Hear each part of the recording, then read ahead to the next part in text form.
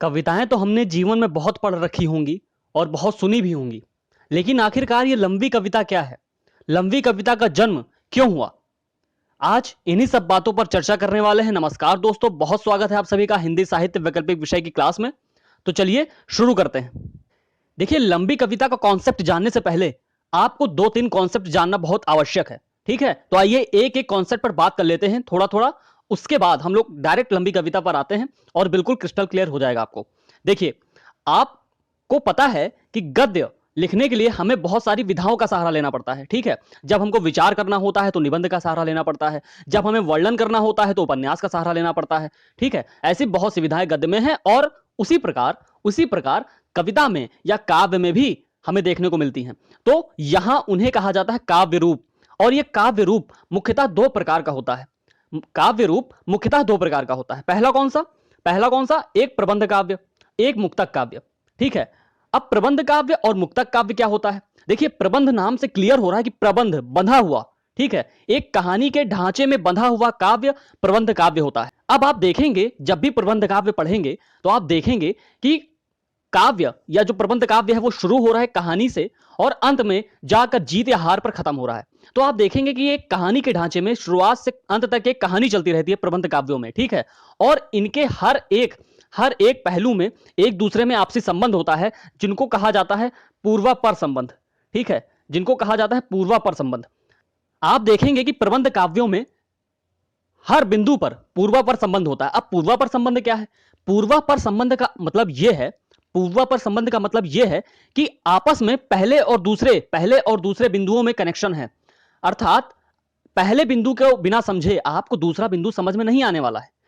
अब प्रबंध काव्य का एग्जाम्पल समझते हैं, ज्यादा समझ में आएगा। जैसे प्रबंध काव्य का एग्जाम्पल कौन कौन सा है? हमारे सामने महाकाव्य है और खंड काव्य है। हिंदी साहित्य में 4 महाकाव्य माने जाते हैं। पहला कौन सा? पृथ्वीराज रासो। दूसरा केशवदास की रामचंद्रिका। तीसरा तुलसीदास का रामचरितमानस और चौथा कामायनी।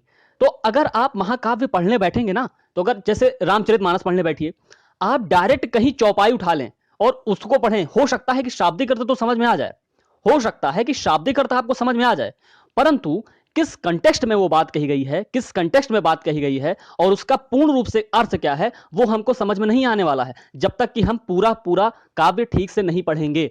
समझ गए? यही होता है पूर्वापर संबंध। तो इसके दो एग्जांपल हैं, एक महाकाव्य, एक खंड काव्य। महाकाव्य आप सभी जानते हैं कि उसमें समाज का संपूर्ण और विस्तृत तरीके से वर्णन होता है, समाज के हर पहलू पर बात की जाती है। वहीं खंड काव्य में भी विस्तृत तरीके से वर्णन होता है, परंतु समाज के किसी एक व्यक्ति विशेष या किसी एक पहलू पर बात की जाती है। तो यह होता है महाकाव्य और खंड काव्य के बीच में अंतर, और दोनों ही प्रबंध काव्य के उदाहरण हैं। अब आते हैं मुक्तकों पर। मुक्तक काव्य क्या होता है? आप देख रहे हैं, नाम से क्लियर है कि किसी भी ढांचे से मुक्त होता है मुक्तक काव्य।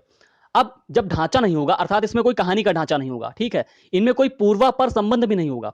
पूर्वापर संबंध जैसा कि मैंने अभी आपको बताया, तो आप इसके अगले चरण को बिना पहले चरण के जाने हुए समझ सकते हैं। ठीक है, जैसे आप कोई गजल पढ़िए, कोई भी गजल पढ़िए, उसके कोई शेर उठा लीजिए, उसका कोई शेर उठा लीजिए। अब आपको जब वो शेर पढ़ेंगे तो आपको पूर्व ज्ञान की जरूरत नहीं है कि उसके पहले क्या बात हो गई, ऐसा कुछ भी नहीं है। आप कोई भी शेर उठा लीजिए, आपको बिल्कुल क्लियर होगा, बिल्कुल स्पष्ट बातें समझ में आएंगी। तो मुक्तक काव्य के उदाहरण है गीत, प्रगीत, नज्म, गजल, पहेली, मुखरी। ठीक है, दोहा भी आपका मुक्तक काव्य है। अब आप कोई भी दोहा पढ़ के देखिए, आपको क्या किसी पूर्व ज्ञान की जरूरत है या किसी पूर्वापर संबंध की आवश्यकता है? नहीं। ठीक है, तो दोहा भी हमारा मुक्तक काव्य हो गया। तो प्रबंध काव्य और मुक्तक काव्य दोनों क्लियर हो गया आपको। अब देखिए क्या है प्रबंध काव्य ढांचे में बहुत लंबा होता था, बहुत बल्कि होता था। ठीक है, क्योंकि इसको समाज के प्रत्येक पहलू का वर्णन करना होता था।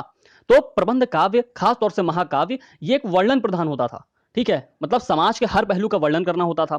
लेकिन मुक्तक काव्य क्या है? इनमें देखिए भावना प्रधान रचनाएं हैं, भावना प्रधान। और जो भावना तीव्र गति से निकलती है वो तीव्र गति से शांत होती है। क्योंकि तीव्र गति से निकला और तीव्र गति से शांत हुआ तो ढांचे में क्या हो गया? छोटा हो गया। तो मुक्तक काव्य प्रबंध काव्य की तुलना में छोटा होता था, काफी छोटा होता था। देखिए, कोई गीत देखिए ना, चाहे कोई भी गीत, आप फिल्मी गीत देख लीजिए, वो भी छोटे होते हैं ढांचे में। ठीक है, तो प्रबंध काव्य और मुक्तक काव्य की ये बात हो गई। अब आप जरा एक ध्यान से सुनिए मेरी बात। देखिए, प्रिंटिंग प्रेस का आविष्कार हो गया, प्रिंटिंग प्रेस के आविष्कार से गद्य का विस्फोट हो गया। ठीक है, ये सारी कहानी मैं आपको बता रखा हूं। प्रिंटिंग प्रेस के आविष्कार से गद्य का विस्फोट हुआ, पहली बात। दूसरी बात, औद्योगिक क्रांति आई तो जीवन में कॉम्प्लेक्सिटी आना शुरू हुई, समाज में कॉम्प्लेक्सिटी आना शुरू हुई। ठीक है, तो व्यक्ति को विचार की आवश्यकता पड़ी, विमर्श की आवश्यकता पड़ी। चूंकि चूंकि अब हमें प्रिंटिंग की कोई चिंता नहीं थी, हमारी रचनाएं एक क्षेत्र से दूसरे क्षेत्र तक आसानी से जा सकती थी, संसाधनों का भी काफी आविष्कार हो चुका था।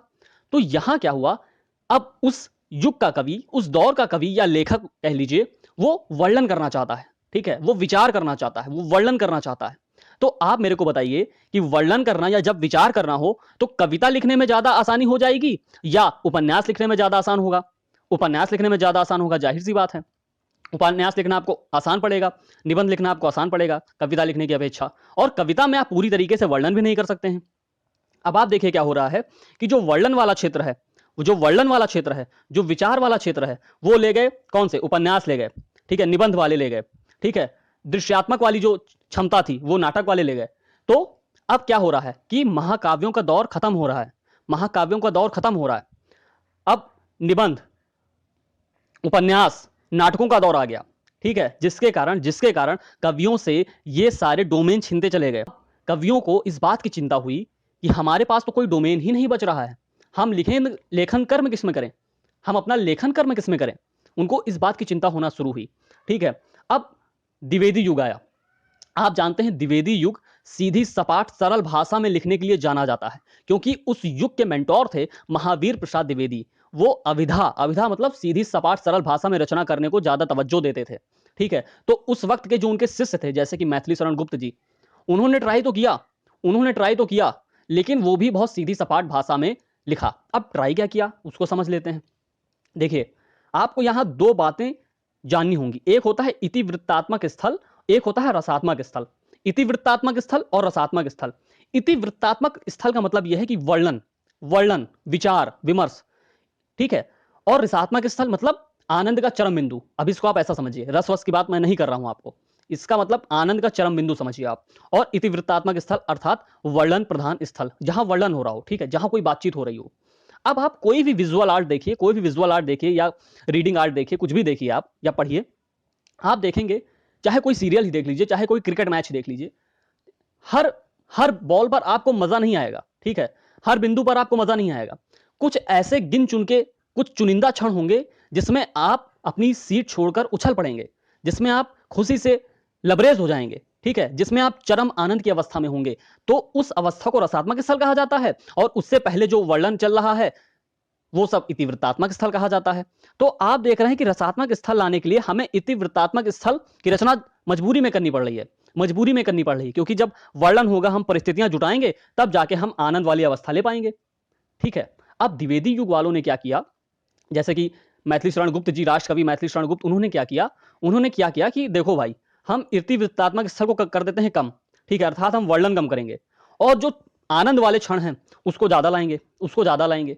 लेकिन इन्होंने क्या किया, इन्होंने बहुत ही अभिधा, बहुत सीधी सपाट सरल भाषा में रचना करना शुरू किया, जिसके कारण जो कविता का जो विशेषता है वो कम होने लगी। इनकी जो कविताएं हैं वो गद्यात्मक होने लगी, ठीक है, इस पर कभी हम लोग बात करेंगे। इनकी जो कविताएं हैं वो गद्यात्मक होने लगी, ये एक बहुत बड़ा दोष माना जाता है द्विवेदी युग का। इनकी जो कविताएं हैं वो गद्यात्मक होने लगी। और अब जानते हैं कि जैसे दुश्मन से लड़ने के लिए दुश्मन जैसा होना पड़ता है, तो हमें किससे लड़ाई करनी है? हमें उपन्यास से लड़ाई करनी है, ठीक है, हमें नाटक से लड़ाई करनी है, हमें निबंध से लड़ाई करनी है। तो ये सब बहुत बड़ी बड़ी लेंथ में, बहुत बड़ी बड़ी बल्कि विधाएं होती हैं, ठीक है, बल्कि मतलब बहुत भारी भरकम लंबी विधाएं होती हैं ये सब, ठीक है। आप जानते हैं उपन्यास 500 550 पेज का होता है, अगर शानदार तरीके से लिखा जाए कोई उपन्यास। तो अब दुश्मन से लड़ने के लिए दुश्मन जैसा होना पड़ रहा है, तो कविताओं को भी अब लंबा करना पड़ रहा है, ठीक है। तो ये बात तो किया द्विवेदी युग वालों ने कि कविताओं को लंबा कर दिया, ठीक है, कविताएं लंबा होना शुरू हो गई। लेकिन इस समस्या की सही जड़ को पकड़ा महाप्राण निराला जी ने, या जिसे कह सकते हैं छायावाद के दौर के कवियों ने सही तौर से पकड़ा, सही तरीके से पकड़ा।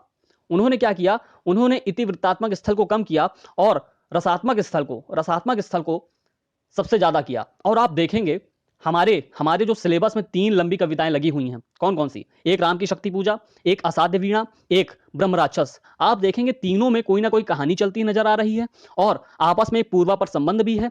तो आप देख रहे हैं कि ढांचा कैसा है? प्रबंध काव्य जैसा, लेकिन लेंथ कैसी है? प्रबंध काव्य से छोटी, अर्थात महाकाव्य से छोटी, ठीक है। ढांचा कैसा है? प्रबंध काव्य जैसा या कह सकते हैं महाकाव्य जैसा, लेकिन लेंथ कैसी है, महाकाव्य से छोटी, लेकिन मुक्तकों से तुलना की जाए, गीतों से तुलना की जाए तो बड़ी है। आप देखेंगे ना, राम की शक्ति पूजा 10 पेज की रचना है कम से कम, तो गीत तो इतने लंबे होते नहीं हैं, प्रगीत तो इतने लंबे होते नहीं हैं, ना गजलें इतनी लंबी होती हैं, ना नज़में इतनी लंबी होती हैं, ना पहेलियां इतनी लंबी होती हैं। समझ रहे हैं? तो आप देख रहे हैं यहां क्या परिवर्तन हो रहा है, यहां परिवर्तन ये हो रहा है कि इति विस्तात्मक स्थल को कम कर रहे हैं, ठीक है, और रसात्मक स्थल को बढ़ा दे रहे हैं। अब जो रचना पहले इतनी बड़ी होती थी, इति वृत्तात्मक स्थल को काट दिया जा रहा है, और जो रचना की लेंथ है, जो कविता की लेंथ है, वो इतनी बड़ी हो रही है। तो ये महाकाव्य से छोटी हो जा रही है, महाकाव्य से छोटी हो जा रही है, और मुक्तकों से लंबी हो जा रही है।